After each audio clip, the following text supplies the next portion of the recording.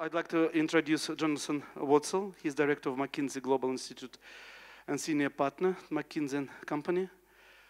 Why I'm excited to introduce him first of all, because he's going to speak first.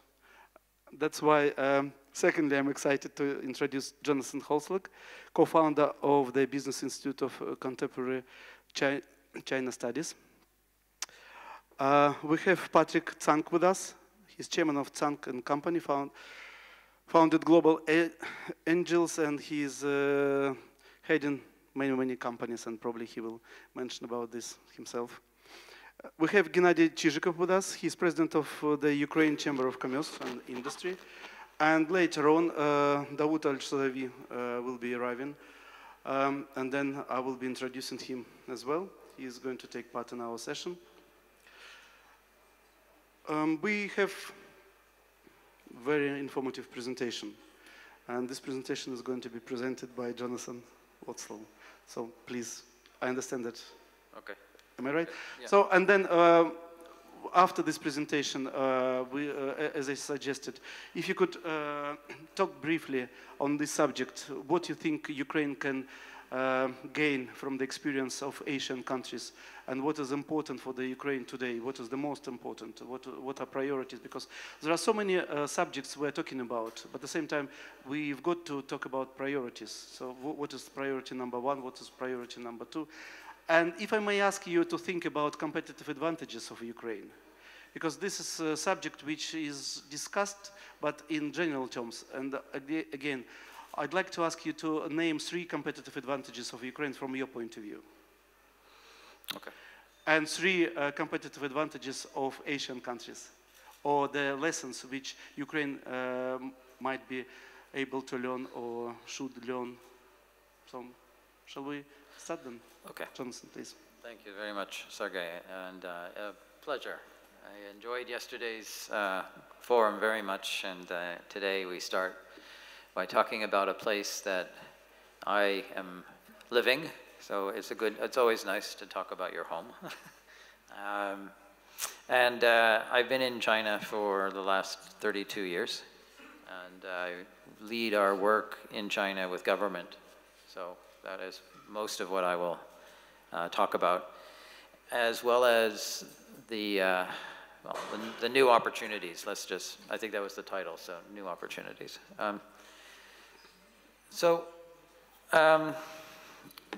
I think that's the biggest one, and I tried to make sure that the dots went through the Ukraine.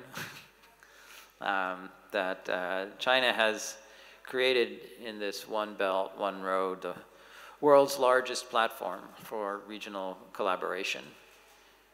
Essentially, the idea is that 60% of the world's population currently generates 30% of the world's GDP. So this is a long-term project. How do we get the 30% up to the 60%? Which means rapid, kick-started growth. And I think if there's one thing that Asian countries can share with Ukraine is to have a high aspiration for growth. Do not be satisfied with 1% or 2%. You should think about the competitive advantages, which we'll talk about, but you should also realize the experience. The experience of Asian countries has been double-digit growth, particularly from the level of income where Ukraine is today, at 3,000 or so. So that's where China sees the opportunity, and its contribution in One Belt, One Road is infrastructure, saying that they would like to invest in infrastructure on all these countries for 60% of the world's population. And they believe that if they invest in infrastructure, they will benefit China, because this infrastructure comes from China and is manufactured in China, but should also benefit the regions where it is deployed by creating economic activity, or I should say more properly, reducing the costs of economic activity. That's what infrastructure does. It makes it easier to ship things. And it's interesting when we say infrastructure, we don't just mean roads and rail and ports, but we also mean digital. We mean 4G, 5G networks. We need renewable energies. We obviously mean mass transit. And we need real estate. So all of that is the focus for this One Belt, One Road. I'm going to give just a few examples. One of the other things, though, first that it means is money. So clearly, there are new funding platforms, whether it's the Asian Infrastructure Investment Bank, Silk Road Fund, the so-called BRICS Bank, a new Shanghai Cooperative Organization Development Bank, plus all the national banking institutions and local governments as well. So that looks incidentally like a big number. In fact, it isn't.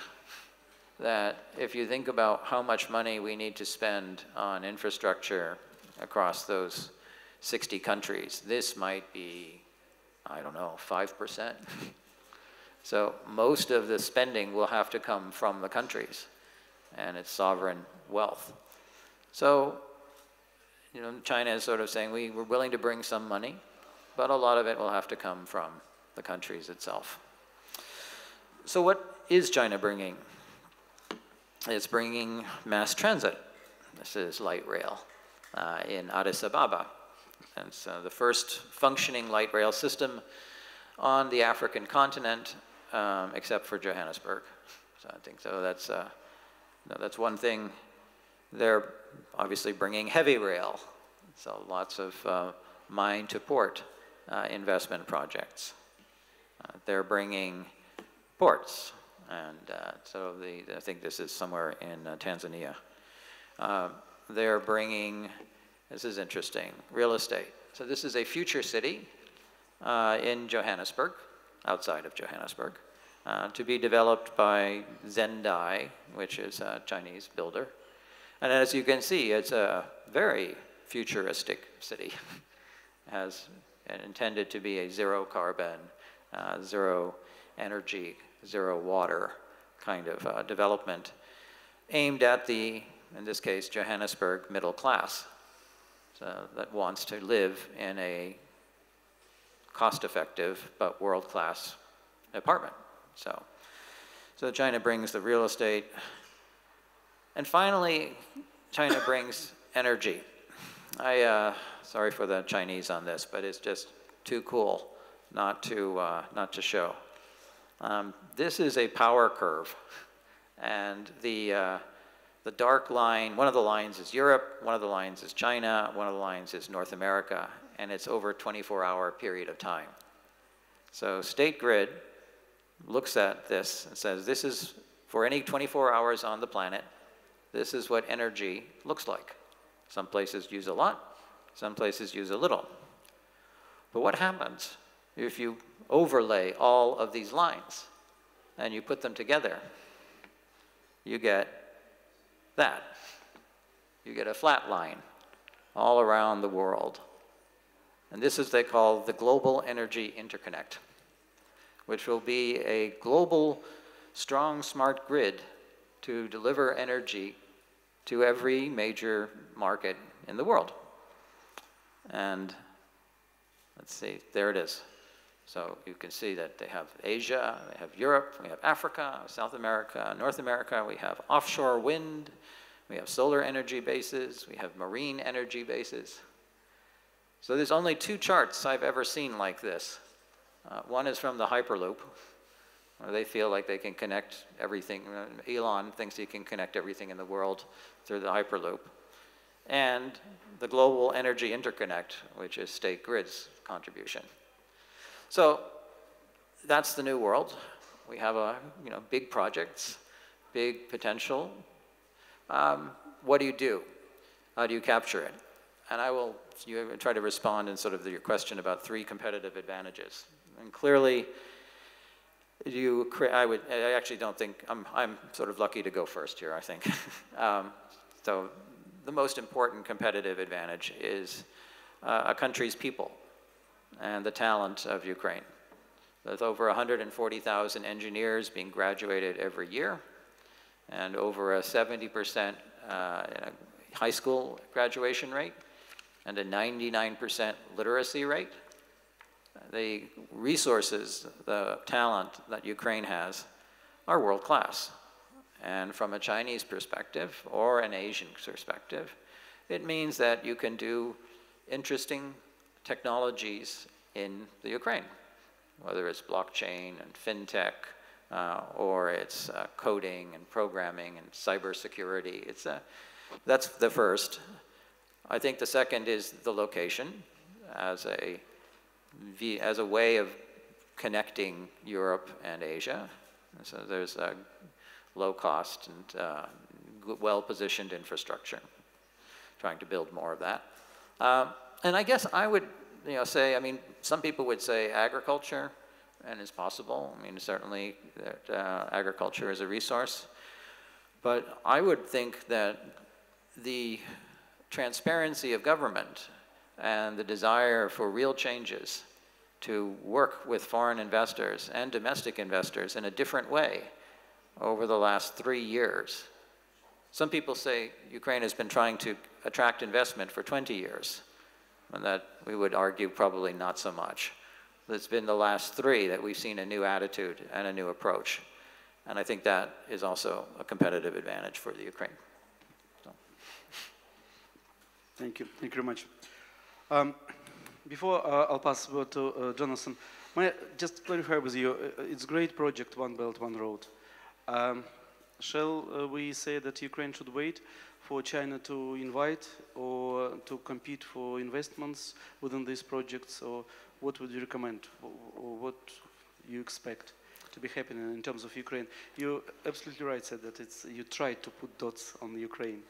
Yeah. So obviously for the Ukraine government it's a big job, trying the same, to put dots of this route on the Ukraine. But no, I think the real broader challenge is economic development. So infrastructure is helpful, but what is needed is economic development. And economic development can only happen based on competitive advantage, based on productivity. So we should find where Ukraine has competitive advantage. All right, okay, thank you very much. Jonathan, what would you say?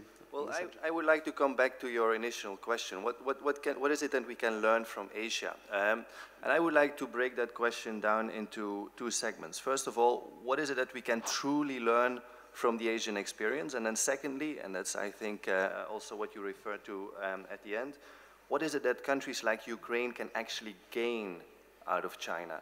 What is it that they can gain from the Belt and Road and other initiatives? First of all, what can we learn from Asia? I think one thing to take away is that Asia is still learning a lot from us. Asia is still learning a lot from Europe. Often it is said like China is leading the way. It's true, of course, that Europe at this moment is stagnant, but China is still catching up. I don't really consider China to be a leader when it comes to economic affairs, and I'm a little bit provocative now. But by and large, what China is doing with its state capitalism is doing what we were doing in the 19th century, when you still had European states being in the forefront of developing infrastructure, spearheading the Industrial Revolution, spreading railways out all over the Eurasian continent and Africa, setting up trading companies, and so forth and so forth. China is still there, right? So the question is not really what is it that we can learn from China, but what is it that we are going to do next, right? We are mostly industrialized, urbanized societies, but we are struggling. A good friend of mine who is a Korean minister once used the following metaphor, and I like to reiterate that in conferences like these. What we are seeing at the moment is sort of a mountain expedition. You Europeans, when it comes to income, quality of living, you're still at the top. And we are coming, slowly progressing, working very hard, and that's what I admire a lot with regard to China, the willingness to work and to make sacrifices. So we are making all these sacrifices to get there, but the main problem is that we see Europeans being disoriented. You don't know what is next. You don't know how you're going to build on a welfare society. You don't know how you're going to make your economy more sustainable, and that makes us a little bit disoriented as well. So the question that also Ukraine should ask is not how to become a second China, but what to do next. What's the next stage of economic development in general? Second part of your question, what is it that we can gain out of China? Well, in the first place, that requires us to understand what China wants. And Jonathan already, I think, did a very good job in explaining that. For me, if I look at Belt and Road and the policy documents behind Belt and Road, there are like 5 major goals. First goal still, by and large, is promoting Chinese export. Promoting Chinese exports of goods, given the fact that factories struggle with overcapacity, but also increasingly the export of services. Like a lot of this investment spree in infrastructure, railways, ports, and so forth, is also the result that Chinese market has become glutted. Most of the dredging has been done. A lot of the railways have been built. And so now these companies have to go out to survive. So exporting services, infrastructure, telecommunication, and so forth is a second goal. Third goal, access to raw materials. Access to raw materials, I think, is key, and I was really flabbergasted when I read into some of the documents of the State Council of China, in which it basically explicated its goal to do a geological survey along the whole Belt and Road, continentally, but also offshore in the ocean, on the ocean floor, to find out what's the mineral there and how can it benefit the Chinese industry. Fourth important ambition is to globalize Chinese standards. Like one of the things that China has been frustrated about is that a lot of the technical standards that we use for our mobile phones, that we use for our cars, for basically everything, have been developed to support big Western companies. Like since World War I, we were the king of the hill, we were the strongest, so a lot of the international standards are made in the West.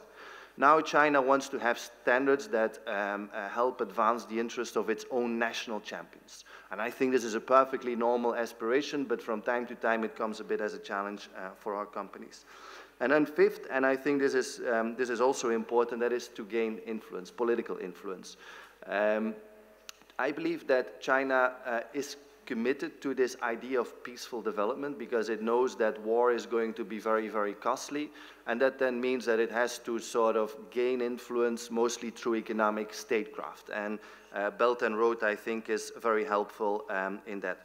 So that must be understood first. If Ukraine wants to be successful in the context of Belt and Road, you must know what China wants. China is not so much interested in externalizing manufacturing. To some extent, it starts to take an interest in externalizing manufacturing, but that's not yet the main goal. It wants to build factories if they help to circumvent, let's say, trade barriers. Like in this regard, Ukraine can be instrumental to get into the European Union, but also to some extent in other countries. But its main goal, I would say, with regard to Ukraine is getting access to farmlands, and then not so much the food, but mostly the raw materials, agricultural raw materials. And then two, and this is not me inventing that, but if you read into the investment guidance, so to speak, of the Ministry of Commerce, they just write what they want to get out of Ukraine. And second is to see Ukraine as a hub to Eastern and Central Europe. So that's getting access to your ports to export more to Eastern Europe. I'm not sure whether that is much of an advantage. I think the first challenge then for the Ukrainian government will be to bend this interest into opportunities for other sectors. Force the Chinese to manufacture in Ukraine. If they want to have their raw materials in agriculture, force them to process. Another element, and then I will conclude, is this investment. Like most of China's investment, and your chart I think was very, very instructive, most of China's investment is not FDI. Most of China's investment is credit and loans. It's concessional loans and it's export credit. Last year, China disbursed for $200 billion in export credit and loans. Now, that might be an opportunity, getting access to Chinese credit, at the condition, of course, that you turn this into productivity gains. and this is something that a lot of countries do not do. They go for the credit, they have the port built, but they forget about the activities around it. They forget about the manufacturing. And then you get situations like Sri Lanka, where the Chinese built the port, where the Chinese did the real estate, where the Chinese did the railways, where the Chinese did the energy, all leading to, I think, a total indebtedness of the country with China of 22 billion US dollars. But Sri Lanka didn't industrialize. So now they have problems repaying the loans. And China, of course, is not going to build factories in Sri Lanka the big way, so there is painful negotiations about how to handle the debt. This is, I think, the crucial pitfall that Ukraine has to avoid. Chinese capital, yes, but only if you can generate the productivity gains that allow you to service debt and to repay, and essentially, as Jonathan said, to get stronger out of that. So I do believe China can be an opportunity, but you really need strong governments to shape and mold it into your advantage. Right. Thank you. China is a big, big country, but it's not the only country in Asia. And if I may check with you, what would you say about Singapore? It's quite a successful country. Shall we concentrate? Yes, Jonathan? Because we spoke about China, and obviously it's the largest country. But there are some smaller countries, but they're quite successful as well. I think Singapore, also in its partnership with the People's Republic of China, has been one of the few very successful ones. Like if you take stock of the impact of, for instance, trade agreements between China and its partner countries, if you take stock of, for instance, investment, like most of the countries are being forced into a role of commodity supplier. And most of the countries are also in big trade deficits with China, and the impact of trade agreements usually for them has been negative. Trade deficits grow larger. Singapore has been one of the exceptions. Singapore has a trade surplus with China, and Singapore also has done a very, very, very good job in fixing Chinese investments in the sectors that for Singapore are valuable. What's the reason? A very smart government. Like Singapore is or has been very successful in creating a marketplace that allows for positive entrepreneurship, for innovation, but it has done an awful lot of steering and still does so today. So I think Ukraine can learn from the Singapore experience. And what it requires is a few things.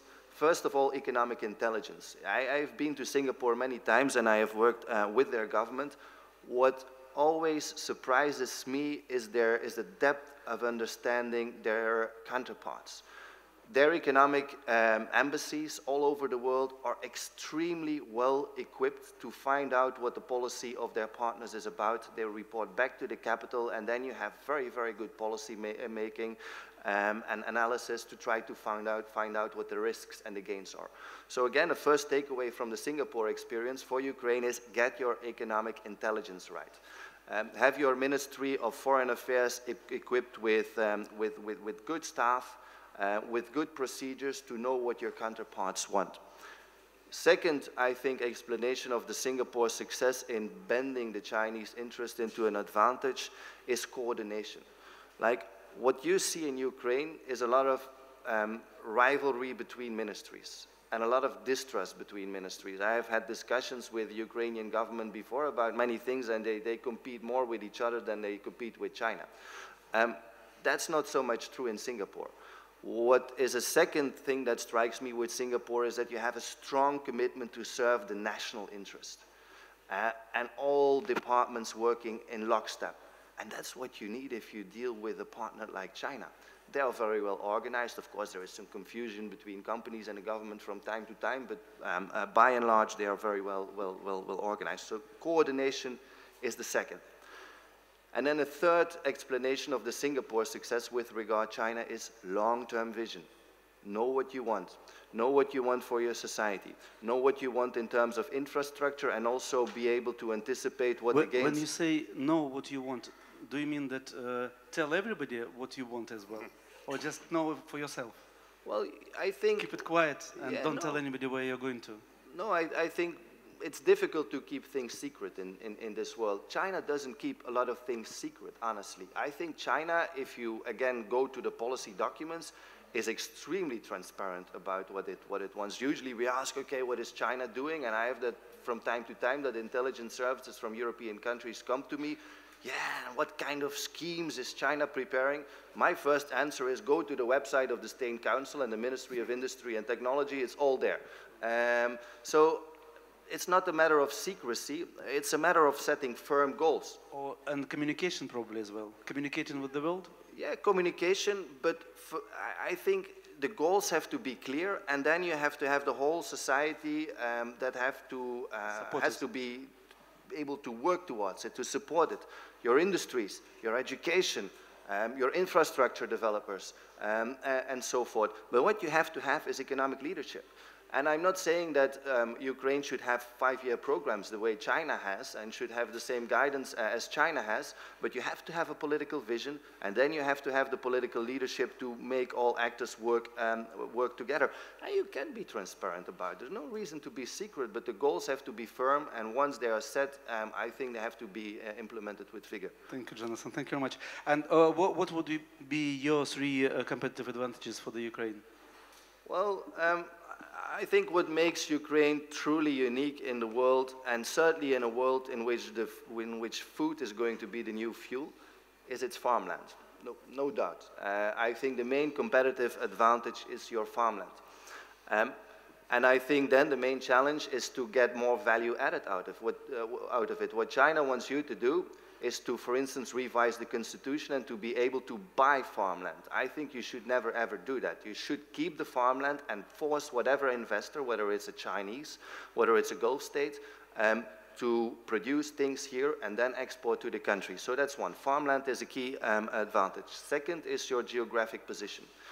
Your geographic position, as I would say, the main interface between the Black Sea region, to some extent the Caucasus, and Eastern Central Europe. This is also how China sees it. That's why it is taking an interest in the ports around Odessa and so forth. And then the third, I believe, is still that Ukraine has a lot of pockets of excellence in industry and IT services. What I think is that there is a great latent interest for activities in, for instance, aviation industry, where China has, I think, already absorbed a lot of technology from Ukraine, but there is still a lot there.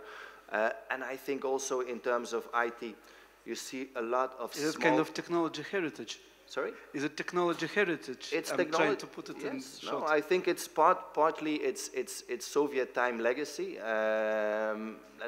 Let's not be murky about that. It's partially Soviet time legacy, but there is also a lot of new entrepreneurship.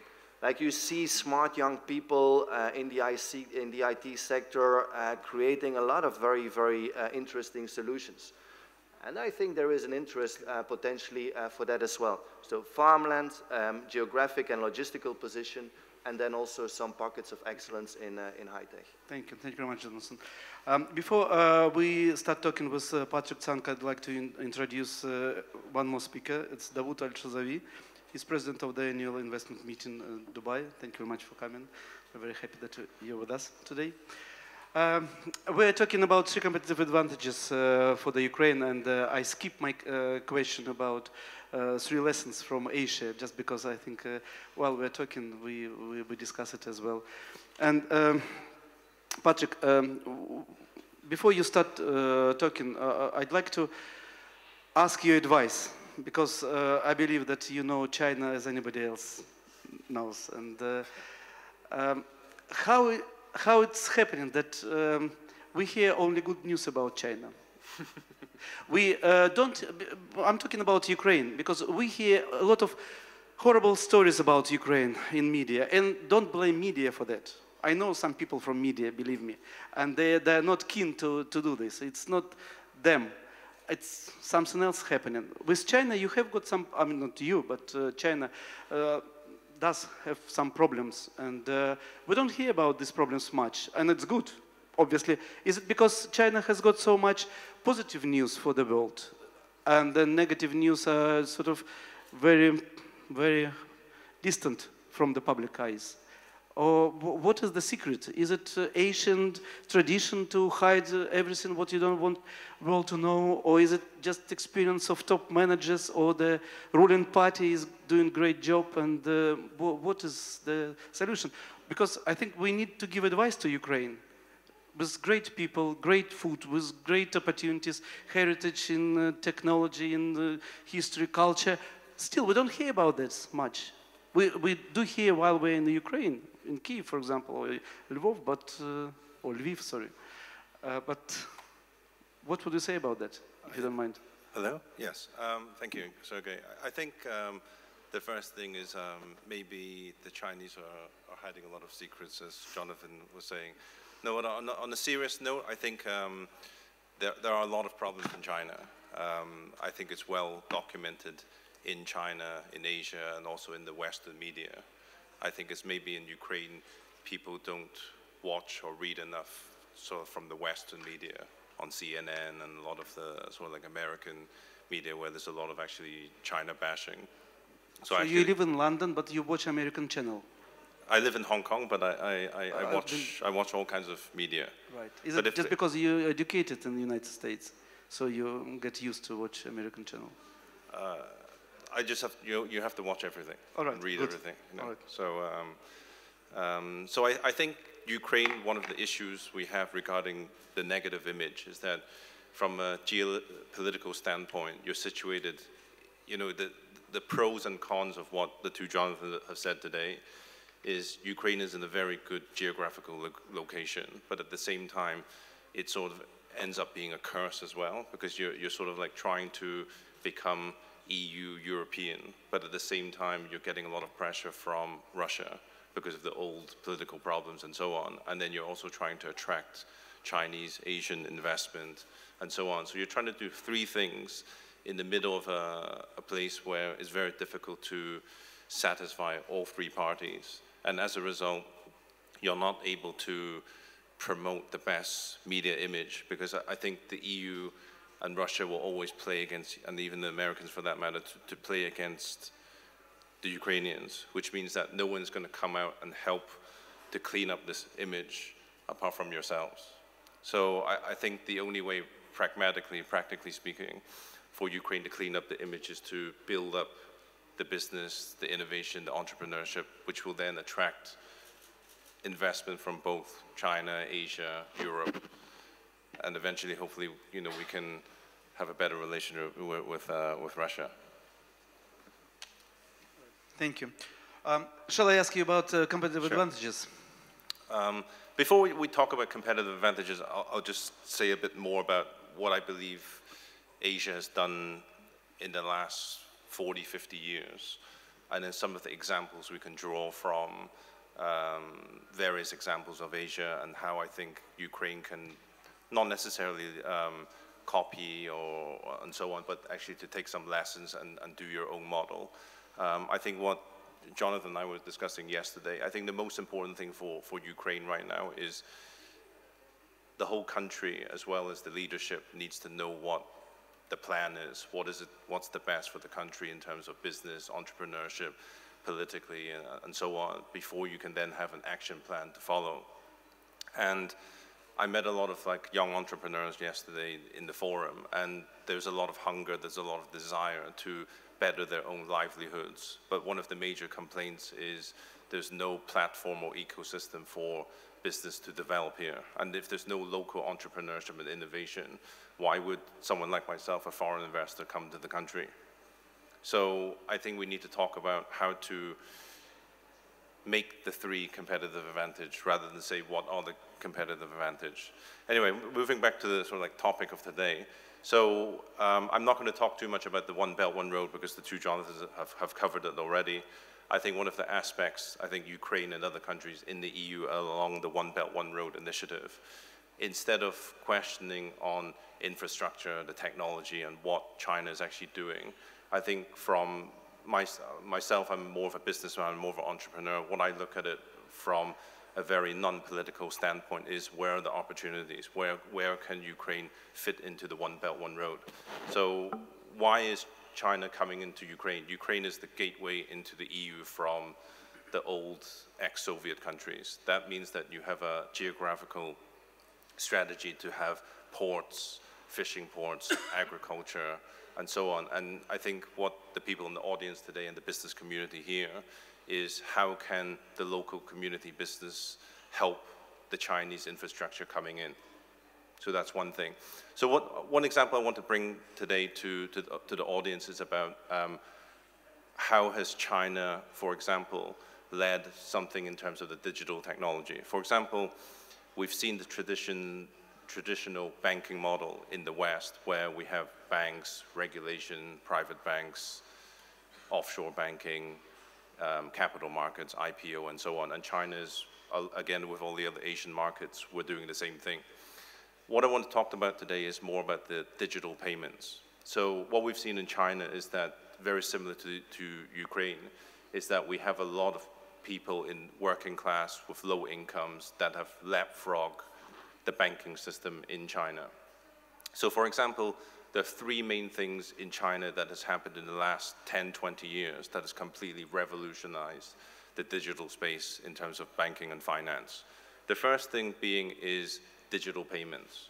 So in China right now, the leading social media app is called WeChat, which a lot of you probably know about, some people probably don't.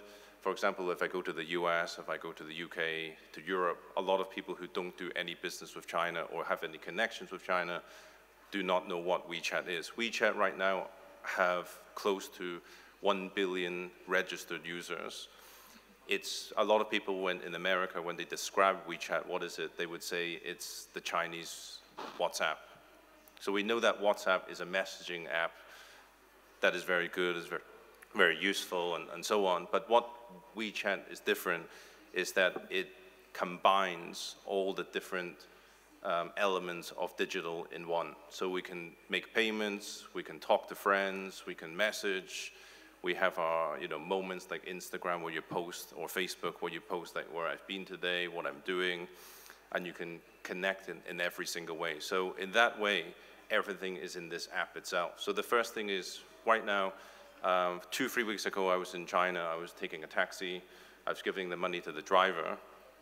And the driver says, I don't have any change. Do you have WeChat? So I used the WeChat to pay the driver. Right now, in almost, I would say, I don't know what the figures are, but in 95% of all retail stores in China, even when you buy the vegetables in the market, you can pay using the WeChat just by scanning the QR code, okay? So a joke in China we have now is you walk down the street, there's a homeless person, kind of have some money, and you say, sorry, no change. And the homeless guy says, do you have WeChat? So that's how ubiquitous the technology is. That's number one on digital payments. Now, digital payments at the beginning, because of 65 to 70% of all mobile payments right now are used by young people between the ages of like 18 to 40. When people are online now, 95% of a lot of the people, when they buy stuff in China, they're all using the smartphone and not the laptop, or not the PC, which just shows you that they've just skipped the part of using the laptop or the PC. So my example here is that we have to think of examples of how Ukraine can leapfrog certain things instead of just copying tradition of how Lithuania has done, Estonia has done, Dubai has done, Singapore has done. We need to do something different to leapfrog and get to the next stage. So a lot of the young people in China have skipped through, I think the stats are something like 70–80% of the people who are using WeChat have never owned a credit card. So 20 years ago, people would bring out cash this size, go to the restaurant, and you pay in cash. We then had a small window of using debit cards, and now everything's replaced by the mobile phone or the app. And I think that's something we can look at. The second thing is what we also see from China in terms of the finance sector of using digital is online lending. So in the past, traditionally, the state-owned banks, the banks in China would only lend to big corporations, which are usually government-owned. So again, a local entrepreneur would not be able to borrow money. He would have to go around the village, his friends, and say, can I have 10,000, 10,000, 10,000? He grabs the money and he starts a new business. A lot of people start business like that. There was no SME support for entrepreneurs. So what happened here was they started to lend money through the apps. So people, two of the biggest online companies in China, Alibaba and JD.com, when they first started, they started to lend microloans to the users because they can check up on the users when they buy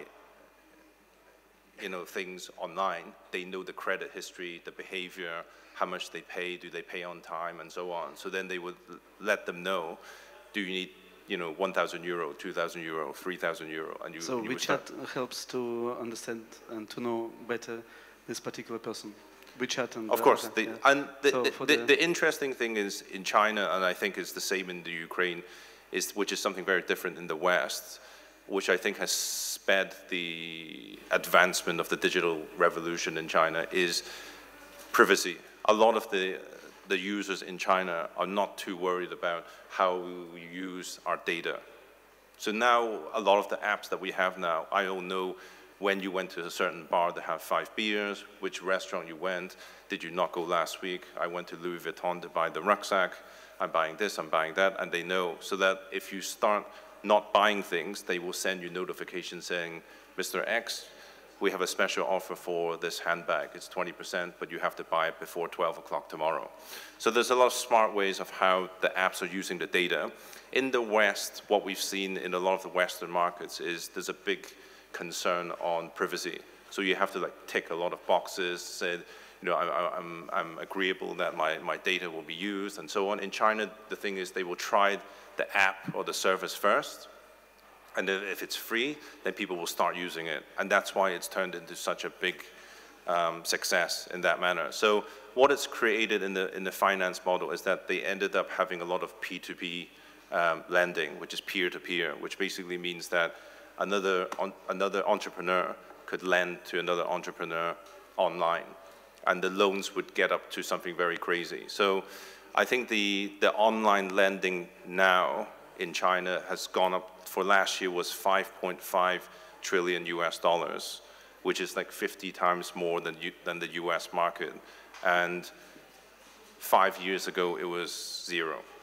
So it just shows you that a lot of these industries can be created from a very short space of time. Obviously, China is different because there's 1.4 billion people, but at least there's something that we can learn from. So what's happened is the traditional banks now are very scared, they're very concerned because they don't know how to deal with this digital revolution. The big state-owned banks are very slow and they don't know how to innovate to try and change this. The biggest fintech company in China right now is Ant Financial, which is a subsidiary of Alibaba. It's now worth 60 billion US dollars, which is larger than UBS, one of the most famous Swiss banks, which has a 300-400 year history. So we can see that in a very short time, if we're able to innovate and create, there's a lot of value to be added here. On the third front, apart from what I said before, digital payments, online lending, the third one is actually investment.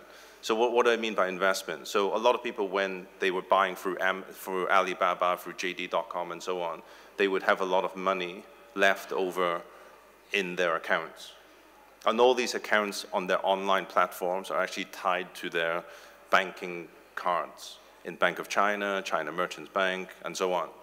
So traditionally, if you put your money in the banks in China, the rates were very low in terms of interest. And because of that, you didn't really make money from it. But the good thing about it, it's very safe because it's protected by the Communist Party. On the other front, you can actually take the money and start, I guess, gambling by investing in a lot of stocks in China. But then that's the same as, betting in blackjack in Macau. So the safer way, the hybrid, what people started doing was, there was a lot of young people who I guess were the first white collars in China because they were educated, they embraced technology, and they had money to spend, but they wanted to make money. So this money, what happened was they store it in their online platform on Alibaba, JD.com, and Alibaba created a a platform called Yuerbao, which means like the leftovers. So they put their money there, which is then protected by the banks in China. And there, they then got interests which were higher than the traditional banks. So this way, Alibaba, Tencent, all of these like big online giants in China have basically got a lot of money to invest for themselves, using money of their customers. So that's another way that we can think about how we can make use of technology, innovation, and so on. So leading the forefront in terms of finance in China are actually the online companies more than the traditional banks. Sorry. Patrick, yeah, I think it is important to think how you spend your money, but for Ukraine at the moment probably how to make money. The question is. So I do. Sergey, I would disagree with what you're saying. Please disagree with me. In China, it's not just about making money. It's also about the way the government is actually incentivizing or telling the public on you have to spend money in the country. All right. So this mechanism is working basically. So basically what I'm saying is that if I make money, if I'm allowed to make money in Ukraine, I want to go to the best restaurant to spend money. I want to buy the best suit in Ukraine. I want to support the local businesses. So then the local businesses here will make money and that will drive the economy. If you keep, the problem right now, what I've seen in the last 2 days is that there's a lot of smart people, there's a lot of hungry people, there's a lot of like the smarter people in Ukraine that I've seen. Either, they've left the country. And the problem is because of the way the country is now, the people who then go to Switzerland, America, Israel, and so on, they don't come back. All right. Do you want... But we want them to come back, you know? Would you like to comment on the competitive advantages, or Sure. you prefer to talk about them later on? I'll just go through quickly. Years, I mean, I don't think there's much I can add to the two Jonathans, because I think number one is it's a very convenient setup, is it? Just it's very convenient. Yeah. I think the most important thing is that the most important asset that the country has, it has to be the people. Right. But if you restrict the people to do what they should be able to do, then the country will not be able to grow. So, all this talk about how we should do this and so on is going to be very difficult unless the government, together with the people, change the existing setup. So everything is about people. Everything's about people in every country. Yeah, I agree with you. Thank you very much. Before we will talk with Dawood and Shezawi, I'd like to make a very small comment, because what I think, Ukraine and the United Arab Emirates are very similar. Why? Because in both countries, tourism and logistics, they're extremely important businesses. And if I'm wrong, please correct me. But this is what I was going to just mention before you start talking. Please. Thank you very much. It was very interesting to hear what my colleagues are saying. Really, I think they have brought the matters in a practical way. And I want to start where my colleague has ended, talking about people. I think Dubai and the United Arab Emirates and Ukraine are similar in logistics and tourism. And we are a little bit different, maybe because the government has invested on its people. And we are not a very old country. We are almost only 50 years old country, where Ukraine and European countries are or have more history than us. But what our government has started to do is basically working on investing on our people. And when they invest on the young generation, they believe that the young generation who will basically change the whole country and who will basically will be the point of attracting investment. And here I stress on the role of the government, not to focus on election, but to focus on construction. And that's what we have done. United Arab Emirates, especially Dubai, has worked into fixing the management in each government department. When you fix the management in each department, basically you remove the corruption, you simplify the processes, you basically improve your customer service, you reduce a lot of challenges in front of investors or in front of citizens. So I go back and say basically it's important to make sure that you have a proper strategy as a government and not just work on just to satisfy your government employees. So here I think, we have a different, view in terms of, how we created United Arab Emirates and Dubai. And we as United Arab Emirates, and especially Dubai, we don't depend on oil and gas. Actually, we don't have oil and gas. So we have zero oil and gas. So the income of United Arab Emirates and income of UAE government is from the services. Yes, it is expensive, but the standard is high. I don't think anybody will say no to live and work in UAE or in Dubai, because we have created a gap in terms of standard between us and the rest of the region. So here I believe, when you have higher standard, you would like to spend, as my colleague said, in a best restaurant or in best shop. So everybody would like to really increase his standard, his family standard. So I go back and say that there should be a proper link between the government and between the society and the citizen. Now, tourism, when we go to tourism, basically, investing in basically your national airlines is important, I would say. And this will give you, I'll give you a small example about Emirates Airline. Emirates Airline started, in 1985. In 1985, we started with renting 2 airplanes from Asia. And the idea and the vision behind this was to really, increase the network of UAE within the other countries. So when you increase and you open more destinations, then you increase the tourism. Then you are promoting your country indirectly, so more people will come. And the other side, basically, you start to fixing and improving and putting a proper infrastructure for the country. And when you do all of that, definitely everybody will come and visit. And not only visit, the idea is to create a working place for the people to come and live and work. So we are, as a local people from Dubai or from UAE, we are only 8%, where 92% are foreigners. And why they come and live in our country and they work in our country? Because they find a good environment to work and live and to raise their children. So this is, I think, it's very strategic point that basically, you have to open the door and you have to make sure that, your country is safe and you are creating a workplace for people. So the competitiveness standard has to increase.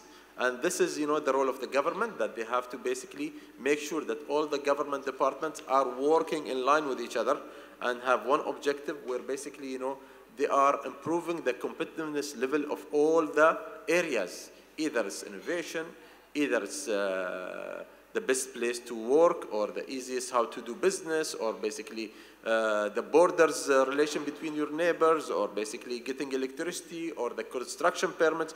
So when you make things easy for people, when you make basically, good criteria, better standards, definitely, it will be an area where a lot of people would like and work in the area. And this basically, it works hand to hand with the private sectors, because in the end, if I'm an investor and I have to be smart investors, so basically I will choose the best place where to invest my money and where to get the best return. So basically, I will move around and look around, and I would have a complete investment map in front of me to make sure, where I can do an investment with less hazards and less challenges. So that's, I think, how we work hard on it. All right, thank you. Would you like to say anything about Ukraine with regards to, about these competitive advantages from your point of view? I am new in Ukraine, so maybe I'm not the right person to talk much about Ukraine, but what I hear that there is basically, and what I study, that there is a lot of opportunities. And I think, the government has to capitalize on its people. And what we are seeing with digital marketing, with e-procurement, with people going into technology and innovation, I think people are depending more on technology. So there will be a lot of work will be lost. So my advice basically to the government as well as to the Ukrainian people that, you have to think how to do business, not to work. So I don't want people to think where to go and find job. No, you have to think how to be entrepreneur and do business, because, there is a lot of areas that, the work will be disappearing. There's a lot of jobs that will be disappearing. So this is very important. I think, the government has to have a strategy how to empower the startups. how to empower the SMEs, how to empower women. And because this is very, very important that basically, you will, in the end, a lot of people will not find job. And you cannot depend on the government to find you a job. But basically, I think the government has to also have a strategy to create clusters, to create basically projects for entrepreneurs, for people, how to be basically entrepreneur and do works. And the most important thing, I think, for Ukraine is basically, to work in partnership with other governments. Yes, there is a war in the north, but basically, you have great countries surrounding you. You have West, you have East, you have China, you have Asian countries. And I think, the government has to work in creating partnerships. The collaboration is not important, but really partnership. Chinese or any other country will not come here if it's not safe environment. But if you create projects and create a strong partnership where you guarantee for the investors, that they have a secured investment, definitely people will come, will bring money, and this will basically create job for Ukrainian. So I think that's, very important elements that, we need to work on. And on this note, I'd like to ask my final question to you. People will come. You came to Kyiv. What are your plans? Why you are here in Kyiv, in Ukraine? So you're a new person in Ukraine, and that's why I'm asking you this question. What are your plans in terms of future cooperation with Ukraine? I think my plan basically is to discover, and definitely, I think there's a big potential. And the other objective behind our visit here is to bring the experience of Dubai. Honestly, I think, Dubai has done a lot in terms of improving the business and government environment, and in very short period.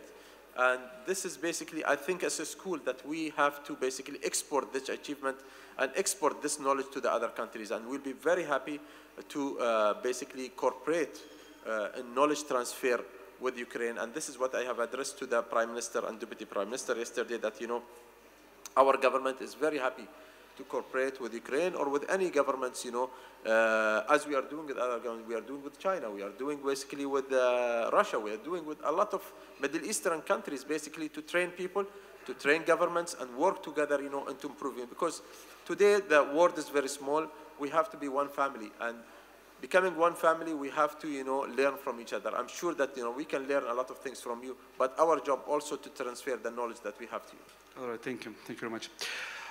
So you started with that United Arab Emirates is providing services to the world, and you're ending with services not to the world but to the Ukraine, in very short. Yes, right? yes. And so your strategy is very... Yeah, this is actually, because I come as my position, a president of annual investment meetings. The annual investment meeting is created 8 years back, and when basically, there was the economic recession, I sat with our Ministry of Foreign Trade at that time, Sheikh Al-Lubna, and I told her, there's an economic recession worldwide.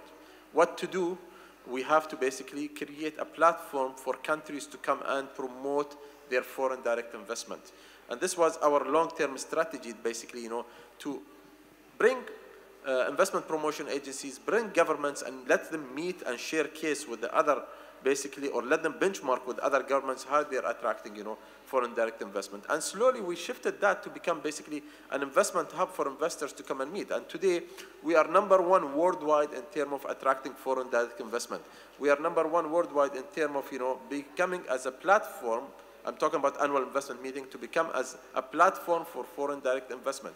So here I think, our role is basically transferring knowledge, connecting investors with government, connecting investors with investors, as well as basically, creating an intelligence platform for FDI marketplace. Okay, thank you very much. I think it's a very good presentation of the country. I think Ukraine should be able to tell within 1 minute even, what Ukraine is able to offer to the world. That's why I'm very grateful to you and for your last words presenting your country. I think it's a very good example. And for our final, not the last speaker, but the final speaker, Gennady Chizhikov, I think it's a very simple work just to comment on everything, to tell everything, and to be responsible for the entire Ukraine.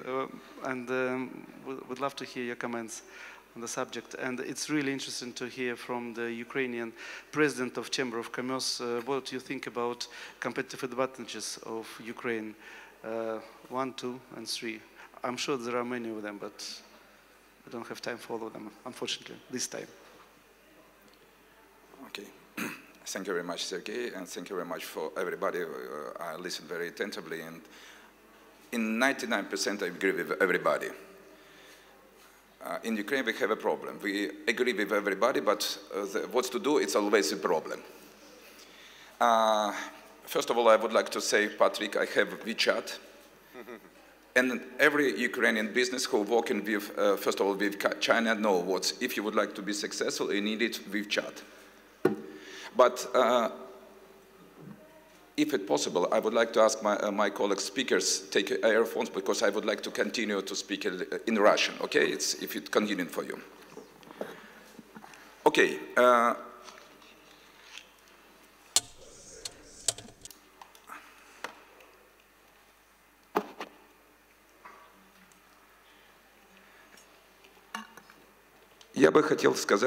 I just want to say that in Asia, there's a lot of Asia in Ukraine. And sometimes we even underappreciate, underassume and underevaluate how much Asia we have in Ukraine. Ukraine has made this historical choice, and we have made this historical choice that our main partner is the European Union. And we are now working in the association framework with the European Union, with the free market zone, and now we have more than 40% of the trade. This is the European Union in our commodities, in our markets. But let us take a look on the Asia. We do not have the free market zone with Asia. We just have the usual and average conditions of work with Asia. And we have 32% of trade with Asian countries. If we speak on China, we do not have the free trade zone with China and Ukraine. But China, that is not our direct neighbor. We have like 1,000 kilometers away, but it is the second economic partner for Ukraine on the scope of the trade. So let's take a look at what we're going to have in the future. According to the data of the international agencies, up to 2030, 40% of the GDP is going to be generated in Asia. And half of this, like around 19–20%, is going to be by China, the share that's going to be by China. What are the most successful countries in the nearest 15 years? Like, we don't know, do we think about it, and we don't know about it. This is the Indonesia, the Philippines, the Saudi Arabia, and Vietnam. These are the countries that are going to be very successful in the next 15 years. This is the next 15–20 years that are going to be one of the leading countries in the world. What do we mean when we say 15–20 years? Just take a look at what we have been doing 15–20 years ago. Where we have been. And Ukrainian business, they have to get prepared to that. It's a very short time span. We need to understand how to work with China, how to work with Asia. But I just don't want to concentrate on only working with China. China is very active in Ukraine, and almost every week we have delegations from China, we have meetings with Chinese entrepreneurs. But I would like you to agree with what my colleagues say. China is present in Ukraine in many ways, but they do not invest in Ukraine.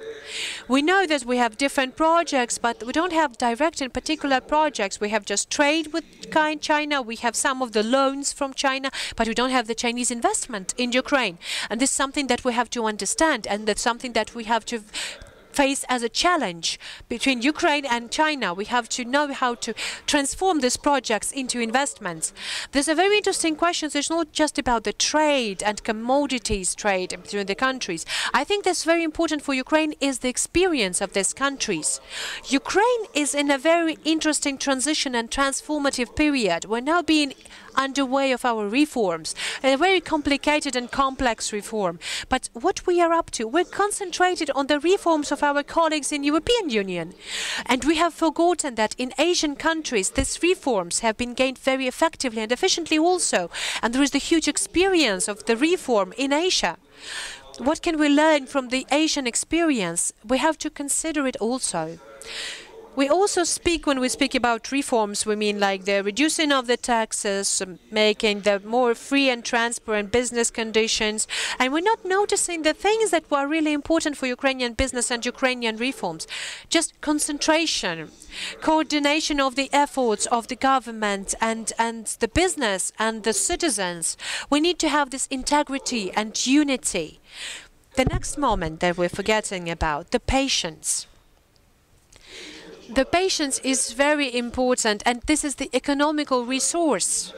Because all of the people think that all reforms can be performed on a one day. It doesn't work overnight. And if we do not succeed overnight, then we have to deny this reform. But what the Asian experience says, that you have to do it step by step, and you have to be patient with the results. I've asked about this to my colleagues in China, what do you think of Mao Zedong? And they say, very good. And I say, like, why? Because, well, you know, he had a kind of bad reputation. And they say, like, if we didn't have Mao Zedong, we wouldn't be that prosperous as we are now. Because of him now, we understand what was bad and what was good. And now we can make some additional conclusions out of it. This is something that we have to learn also. We have to get the positive experience and negative experiences and move forward. Get all of the conclusions and outcomes of it, analyze it and move forward. And Ukraine is now passing through a very complex and complicated period. We know that Ukraine in the next 20 years is not going to be the country as we have now. And maybe that's even good that no one knows what the world is going to be in 20 years. But we all know the world is going to be different. What we've heard today, what you've discussed today, like you can rule the world with your smartphone, like you can pay, you can ride, you can give money to the beggars. And where is Ukraine in this world? Ukraine can get this moment and use this moment now. I agree with my colleagues that, first of all, we have to, this is the moment of our unity. We have to unite. We have to join the effort. The government have to care about business, and the business have to care of their partners and counterparts. This is the side that is important for us. Some partners from Asia sometimes ask us, why don't you think that much of your country? You're always thinking about your own interest in your own business. You don't think of your country. If your country won't be prosperous, you're not going to be prosperous. And this is a very important conclusion that we can learn from our partners in Asia. And I think we're learning with it. You have to take care of your country as you take care of your business. I've just recalled a stereotype that in Asia we have the most hardworking people on earth. We know they're studying in many different world universities, they're always in the labs, they're always in the studying rooms. Yes, but in Ukraine we know how to work also. But sometimes we're not being conscious of what we can do. And this is something we have to learn. We have to be confident in our powers. And I remember when my daughter was studying at the college and she called me all in tears and she said, you know, 30% in my group are people from China, from Korea. Like, Dad, they're so smart. They work so much. I can't cope with their speed. Like, I said, like, ask her, what are they doing? She said, like, they're just learning. And I've told them, okay, then learn to put the goals as they do and learn the patience from them. Half a year later, she told me, Dad, I'm better. I'm now better than them. So this is something we have to do. You have to study from people who are better than you, understand how they do that, and try to improve ourselves. I really love this experience from our partners from Korea when I've asked them just to formulate it in one sentence. What is the success of the Korea? What is the secret for the Korean success? I might be mistaken, but generally they had this phrase that meant that we look at what is the best in the world and trying to do that but 10 times faster. Here in Ukraine, we know everything what has to be done, but we're always late. We're always late in doing this, and the time is the biggest resource that we have. So, just to wrap it up of what I wanted to say, for Ukraine, the Asian market is of great importance because of this strategical location of Ukraine. By now, the richest European markets with like 500 million, the most prosperous people, and Ukraine is located in between the market of the CIS countries and the Asian highly developing market. And Ukraine is located in between those markets, and you have to be very stupid to be poor. Our goal is very easy. You have to learn English very fast. You have to build good roads very fast.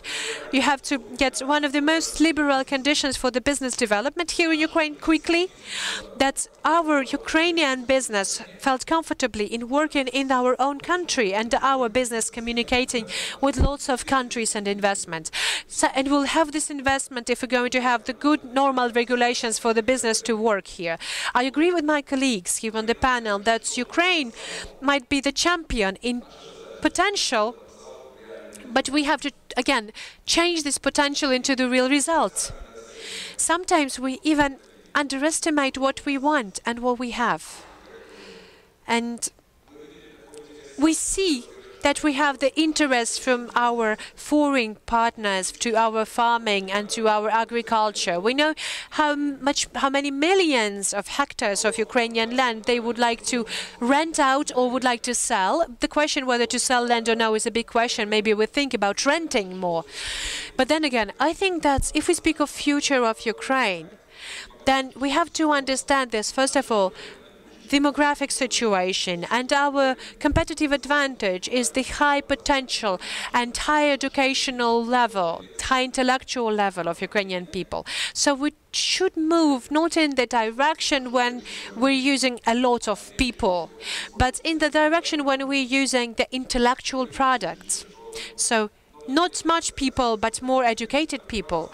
We know that we have emphasized now the agriculture and farming. But yes, we're developing farming and agriculture, but people leave this company because the big companies are coming into the agriculture. Okay, we're losing places in agriculture, but we have to form some working places in the intellectual jobs for these people also. So we have to reskill them. And I think that Ukraine is not already the bread baskets in Ukraine for the world. But I think that Ukraine is the biggest supermarket for the whole world. We're going to create products here. We're going to create, with our partners from Asia, with our partners from Ukraine, we're going to process and create products here, and Ukraine is going to sell it for all around the world. And Ukraine is going to be one of the biggest infrastructure centers with good roads, with good ports. And this could be one of the most prospective regions. But pay your attention to this. Without the help of the states, Ukrainian IT sector is one of the biggest in 5 leading IT sectors of the world. This is without the help of the state. And if we created some additional conditions on the side of the government for the IT sector, what would it achieve? And I think if we had some conditions, we would have Ukrainian WeChat and other Ukrainian technologies here. And I would like to say that I'm very grateful to my colleagues, to all of the speakers here at the panel today, because for Ukrainian business and for all the people who are here today, it is very important for us to hear your opinion from the other side, from the right point of view. And I think that you see our potential, you see our opportunities, and we agree with that. And we have to make the more closer cooperation between the government, the business, and all of the stakeholders, all the shareholders. And we do understand that Ukraine has the bright and big future. I'm sure about it.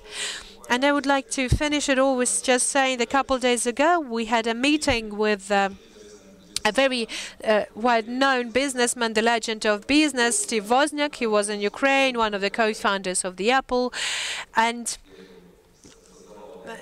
he's one of the creators of the Apple. And when we had talked with him, and when we've discussed the situation a lot, and he had a very simple thought. I've asked him, what do you think about the future of Ukraine? And what he answered, that Ukraine is the future.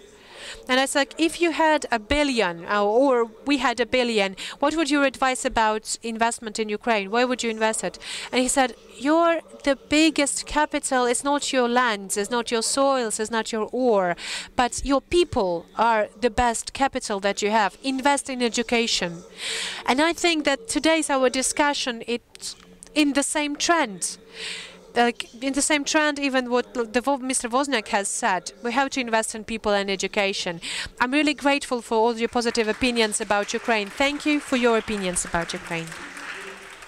But you know, before I'm going to ask you questions, I'm going to be in Russian again. Also, we're going to ask the questions for our speakers. Like you cannot ask moderator, you know, I'll have a lot of questions for myself. This is my work. I'm just asking the questions for the speakers. So, dear speakers, I'm not going to be very original when I'm going to say. I'm going to ask about the competitive advances. You know, let us say I'm very limited fantasy, very limited imagination. So I'm going to ask you about the competitive advantages. But I would like to concentrate on the people, but take a look on the different angle, on, let us say, a beautiful and nicer angle on the people. We say there is the better part of the humankind, and there's the rest of the people who are the men, let us say. So, you know, the women in Ukraine are the biggest competitive advantage. And, you know, some people say that in Ukraine they're the most beautiful women. So we have like the most beautiful competitive advantage. But I'm talking too much, and sometimes it might be the biggest challenge for me. But when I know how we talk, then this is the communication habits. You know how to communicate inside of the country, and you love to do that, and you know how to do that. And I would like to, first of all, tell you that I'm very grateful for these communicative skills. We do understand that all of the people, they're communicating in a very good way, communicating in different languages, in English, in Ukrainian, Russian, and other languages. The only thing that I'm really surprised that our communication inside of the country, you're only communicating inside of the country. And my dear people of Ukraine, broaden the circle of your communication. Talk to different people. Talk to people that you're interested in. If there's some countries that you're interested in, then it might be that these countries are interested in Ukraine also. Do not wait for other countries to be interested in you. Have the initiative. So, I'm sorry, as a lady interpreter, I might say this misogynic joke, so I'm just going to pass this thing. But the main thing about we have to feel with the civil society and governmental work. We not only should mentioning the challenges, but we also have to mention the good things that we have in Ukraine. But I'm going to stop talking about this part and getting back to the smarter part, and I'm going to turn back to our speakers and experts in the panel. If you have any questions to our speakers, if I haven't derived you from the smart thoughts, I would like to ask you for the questions. Any questions? Just I was talking about light stuff, but I think it's the most important stuff. I was talking about communication. And from my point of view, competitive advantage is the people, but the half of the population of Ukraine is the most beautiful. I'm very sorry. And just I decided to mention about this. So, have you got any questions? Or we covered all everything. Do you have any questions? Do you want to ask? Because I think we are very lucky that next to each other, Jonathan half lucky because next to Jonathan sitting me, but all others they're very lucky because. Yes, please. Yeah. I just would like to add one thing to my colleague. I think it's very important to open the doors in the country for foreigners to come and work. I know that, you know, some people will say, no, we have unemployment rate is high, but I believe, you know, most of the countries which have developed either Singapore or Hong Kong or Dubai or other countries, London even, United States, they did not depend on themselves. Also, they brought the experience of foreigners, you know, from different countries. So I think, you know, this intercultural, you know, involvement and exchange of knowledge, exchange of know-how and management is very important. So I believe, you know, the government here has to have a strategy how to basically bring people also to work. Because when you bring people from other countries also, they will bring their cultures as well as they will bring their management style. And this is what's going to change, I think, the business environment here. Because, you know, it's not about only bringing money and investment. It's also bringing, you know, mindsets. Because these mindsets also, they will invest into transferring the knowledge to the Ukrainian people. So we go back to saying invest on the HR capital, invest on human resources. So this will come through your direct investment, as well as, you know, bringing the other people who can teach and learn. We all learn from other foreigners' countries, right. You know. So you need not only money, but experience as well. And yes, Jonathan, what would you like to? Just for the sake of discussion, I don't think that the problem for Ukraine is openness towards foreign workers. Like the visa regime here is very, very liberal. I think the main problem for Ukraine is brain drain and is capital flight. So the problem is not so much how to bring in more knowledge from outside, but how to preserve assets, critical assets here, talent, entrepreneurs, and also the money. Another comment I would like to make is one with regard to trade, specifically referring to our Ukrainian friend here on the panel. I am aware that many governments are seeking to boost trade. We need to have more trade with China, we need to have more trade with everyone, and of course that is understandable. But I would like to quote one of the previous Chinese leaders, Mr. Wu Guangguo, and he said once, what we are after is not so much the trade. What we are after is to have trade that makes the country stronger. And I think that's an important nuance. It's not the volume that matters. I think China very systematically screens trade and investment on three things. First of all, its impact on the current account. Like if you trade, but you're in deficit, that's not good for growth. Secondly, the impact in terms of productivity. Does it come with productivity gains? And then, of course, also the technology transfer. Third thing is investment. Like investment is fine, but how does foreign investment make our own companies stronger? And this is a kind of economic realism that you see being very deep-seated in Asia, that was very deep-seated in European countries before, but that has gone. By the way, that quote from Wu Guangguo comes from a European thinker, Andreas List, who spearheaded the industrial growth in Germany at the time of Bismarck in the 19th century.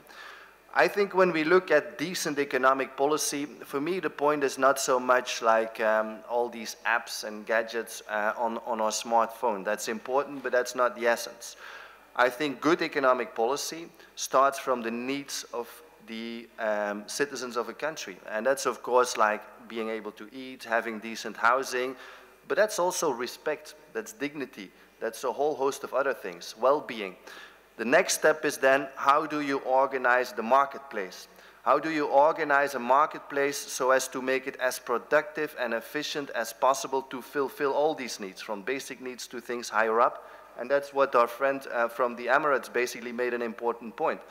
The main goal is not to preserve what you have in Ukraine. The main goal is to elevate the standards, to produce things more sustainably, more beautifully, and so forth. And then you have flanking things. You have capital markets that have to be organized. In the first place, I think the challenge for Ukraine is to keep money in the country.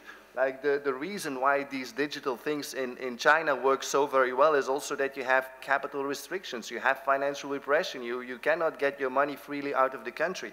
So you have to think about that, how to fix the capital in the country. Education, like creating producers, but also developing good citizens, critical infrastructure, and then governance. I wonder why we don't have more Ukrainian politicians here at this very venue.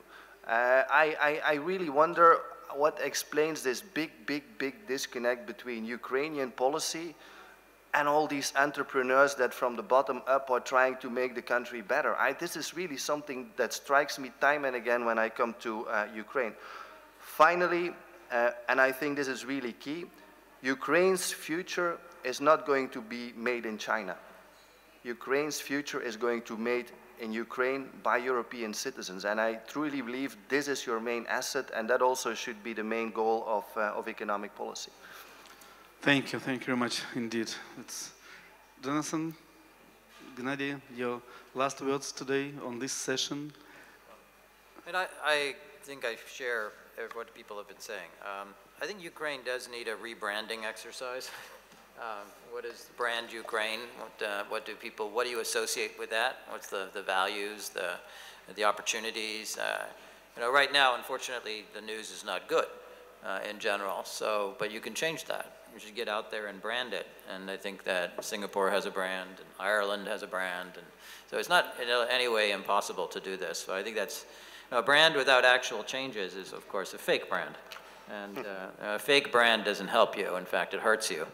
Quite a lot. So that's what the lessons from Asia. Probably Ukraine doesn't have money to do rebranding. You think?